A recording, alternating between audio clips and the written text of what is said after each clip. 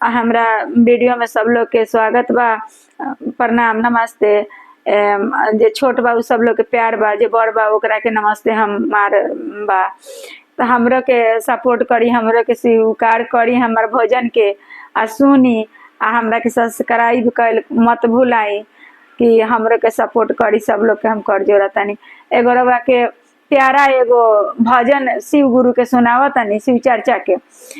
अरे कहिले कि दीना दीना, कहिले कि दीना दीना, सिर के से नूरावा पर दाया बारा, साइयर भंगिया से नूरावा पर दाया बारा, साइयर भंगिया।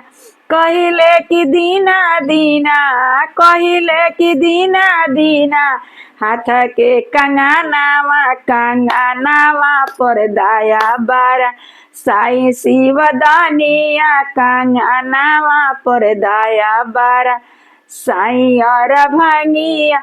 कहिले कि दीना दीना, गोदी के बाला कावा पर दाया बारा, साई और भंगिया बाला कावा पर दाया बारा, साई शिवदानिया।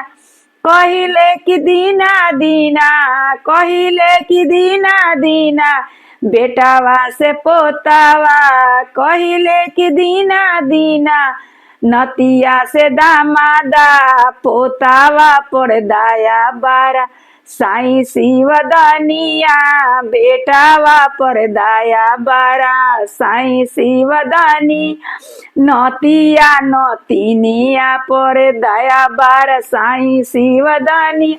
हमरा के सपोर्ट कर, हमर पूरा हमर वीडियो रउआ देखम।